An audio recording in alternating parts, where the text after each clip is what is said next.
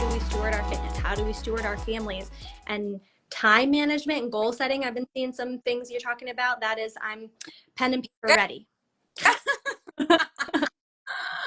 Well, I think that it really, I can be very business minded. And a long time ago, I read a book called Start With Why. Mm-hmm. Start with why. And the whole idea is, you have to understand why you're doing something before you can really be motivated or committed to doing something consistently, and be successful at doing it. And he kind of applies it to the consumer and why a consumer would decide to purchase a product. Like you have to understand that why, right?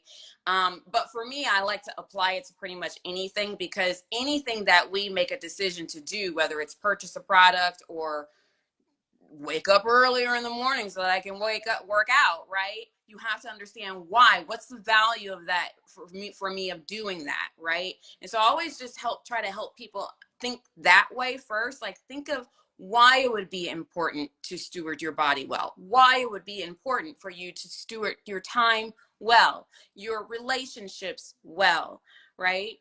And also it comes down to it being a heart condition when you think about it. Yep. Because at the base of it, right, we talked about this already, it is to honor and glorify God with everything that he has given us. Mm-hmm. So from jump start, right, we're talking about a heart condition. And for me, being a lover of Christ, right, being someone who thinks of herself as a citizen of heaven that doesn't want to operate the same way that the world operates, but wants to operate above that, right? Mm-hmm. I am motivated to glorify God.